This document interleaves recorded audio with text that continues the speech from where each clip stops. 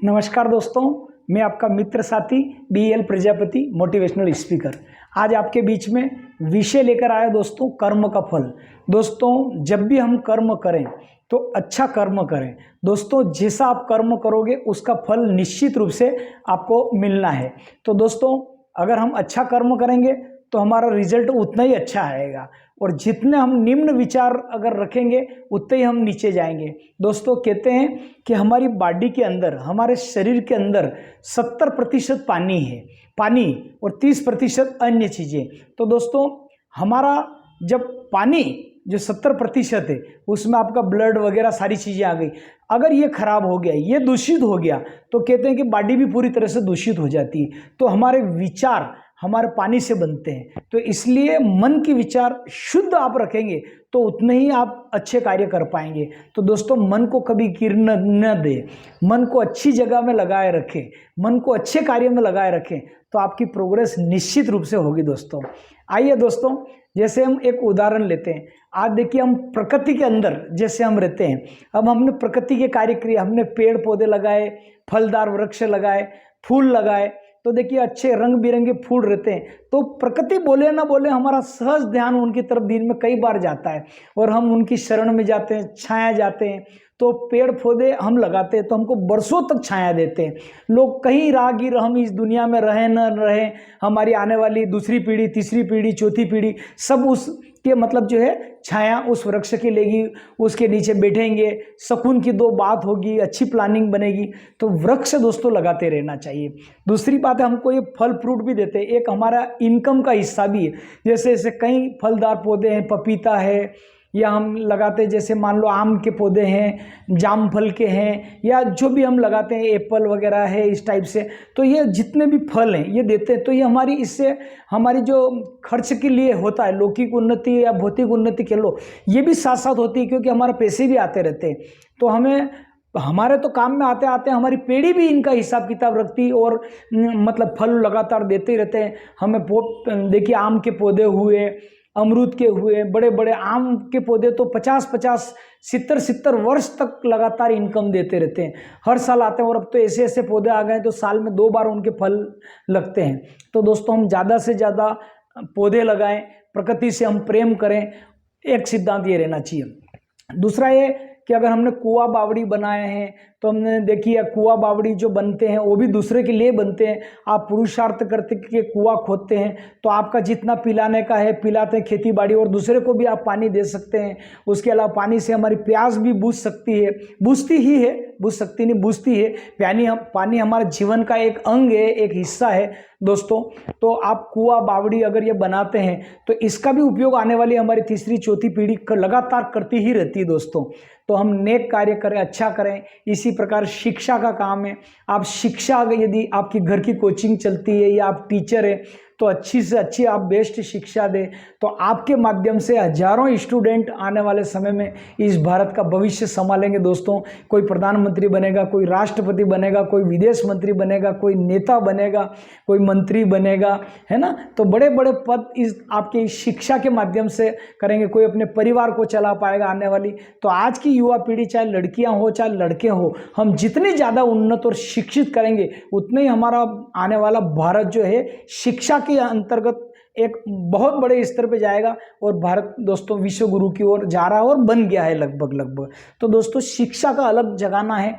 और एक और है हमारा दोस्तों, हमें कुछ कार्य ऐसा करना है जो बांटना चाहिए युवाओं के लिए। आज हो सकता है आप धन दौलत से आप संतुष्ट हो गए, तो आप ऐसी एकेडमी खोलें जो दूसरों को ट्रेनिंग दे, दूसरों को शिक्षा दे, उनको ट्रेनिंग के माध्यम से वो 100 लोगों को दूसरे को जॉब दे, इस टाइप से करें। आज जैसे रतन जी टाटा ने सोचा था भैया कि आज उनकी जैसे उन्होंने जो उनकी कंपनियों के अंदर कार से लेके, लोहे से लेके, पुर्जे से लेके अनंत चीज़ें उनकी टाटा की आती है दोस्तों। तो आज देखिए, टाटा का आज नाम चलता है। रतन टाटा कहते हैं कि मेरे पास भले ही कोई डिग्री हो या ना हो, ज़्यादा डिग्रियां नहीं, लेकिन दुनिया के डिग्रीधारी मेरे यहाँ काम करते हैं। तो ये कितनी बड़ी बात है। टाटा की सोच आप देख लीजिए। तो अपनी सोच बड़ी रखें और बांटने की प्रवृत्ति करें। यदि आपके पास सब कुछ है तो आप ऐसा कोई कार्य चलाएं जिसमें हजारों लोगों को दोस्तों रोजगार मिल पाए। और आपके माध्यम से बोले कि साहब मैं उनकी कंपनी में काम करता हूं, तो आप इस टाइप की कंपनियां खोलिए। बहुत सारी ऐप आ गई है, बहुत सारी इंडस्ट्री आ गई नई नई। आज के यंगस्टर की जरूरत है कि वो मतलब अर्न एंड लर्न करे, मतलब खुद सीखे और अन्य को भी सिखा, अन्य को भी रोजगार दे। तो दोस्तों यदि हम इस टाइप से करेंगे तो आगे बढ़ेंगे। और दूसरा है कि बांटने की लगातार आप प्रवृत्ति करें। यदि आपके पास है तो आप गरीबों की मदद करें, आप शिक्षा में मदद करें, आप उनके वस्त्र वगैरह में, आप उनको कपड़े वगैरह भोज्य पदार्थ में आप मदद कर सकते हैं, करें। आप पक्षियों के लिए आप दाना पानी निकालें, नियमित निकालें। आप देखेंगे कि कुछ हिस्सा अगर आप दान में देंगे तो इससे बोलते हैं कि दान से धन की शुद्धि भी होती है, दान से धन की शुद्धि होती है और आपके दिया हुआ दान आपको 1000 गुना वापस लौट के आता है। तो दोस्तों पशु पक्षियों को भी, जैसे हम जाते हैं तो पक्षियों के लिए चावल है या जो भी अन्न वगैरह है, चबूतरे वगैरह शहर में बने हुए, गांव बनाए हुए, तो नियमित भले आप एक मुट्ठी अनाज उनको डालें, लेकिन डालें दोस्तों, वो भी भूखे बैठे रहते हैं, कई बार इंतजार करते रहते हैं। आपका एक मुट्ठी गेहूं आप घर आंगन में डाल दें, ऐसे ही डाल दें तो चिड़िया आके उसको चुग लेगी, छोटी छोटी चिड़िया अपना पेट भर लेगी। एक सकोरा पानी के आप अपने छत पे रखें और एक सकोरा इसका भी रखें अनाज का, ताकि वो छोटी छोटी चिड़िया वगैरह खा लेती है। क्या खाएगी दोस्तों? 100 ग्राम 200 ग्राम खा के जाएगी, आपका आशीर्वाद दे के जाएगी, आपके संतान बच्चे बच्ची परिवार अच्छा रहेंगे। तो कुछ बांटने की प्रवृत्ति अगर अपने घर आंगन बालकनी खिड़की जहाँ रख सकते हैं इन पशु पक्षियों के लिए रखना चाहिए। और जो आप बांटते हैं, जिसमें बांटने की प्रवृत्ति है दोस्तों, वो बहुत आगे बढ़ता है। देखिए बादल हमेशा बांटते रहते हैं, जगह जगह घूम फिर के बारिश करते हैं, घूम फिर के बांटते रहते हैं, तो ताज़ा जल देते हैं, चकवा चकवी अपनी प्यास बुझाते हैं उसी जल से। पेड़ पौधे पानी पाकर हर्षोल्लासित हो जाते हैं, क्योंकि बादल की प्रवृत्ति एक अच्छी है उनकी बांटने की, वो कंटिन्यू बांटते रहते हैं। और आप देखिए समुद्र की प्रवृत्ति कंटिन्यू संग्रह करने की, वो इकट्ठे ही करता रहता है, इकट्ठे ही कर रहा है, इसलिए वो खारा है दोस्तों। और बादल बांटते रहते हैं इसलिए मीठा है। बादल का पानी डायरेक्ट पियो, आपको बहुत अच्छा लगेगा, किसी पात्र में आप लेके। तो दोस्तों समुद्र खारा क्यों है? क्योंकि उसके देने की प्रवृत्ति नहीं है, वो कंटिन्यू लेने की प्रवृत्ति रखता है। तो जो जितना लेता है उतना ही छोटे स्तर का रह जाता दोस्तों। तो इसलिए नदियाँ जो हुई आपकी, ये लगातार बांटती रहती है, प्रकृति लगातार बांटती रहती है, दूसरों को कंटिन्यू आनंद देती रहती है। तो दोस्तों जीवन में आप अपने से कमज़ोर हैं या उनकी आप मदद करें, आप सक्षम हैं तो अधिक से अधिक बांटिए, निस्वार्थ बांटिए, ज़्यादा प्रचार प्रसार करने की उसकी ज़रूरत नहीं है। और आप लगातार आप बांटेंगे तो देखेंगे कि आपके धन की शुद्धि होगी और आपके माध्यम से अनेक योजनाएं मतलब जो चलेगी और आपके पास खूब पैसा आ जाएगा दोस्तों। तो अपने को कुछ प्रवृत्ति में सुधार करना है। आपकी कोई तारीफ करे या न करे, आपको अपने को कार्य कंटिन्यू करते रहना चाहिए दोस्तों। बहुत सारे ऐसे कार्य हैं कि आप लगातार करते रहे, चाहे कुछ लोग उसकी आलोचना करें, करते रहिए, जिनको आलोचना करना करते रहिए, आप अपना नेक कार्य करते रहिए।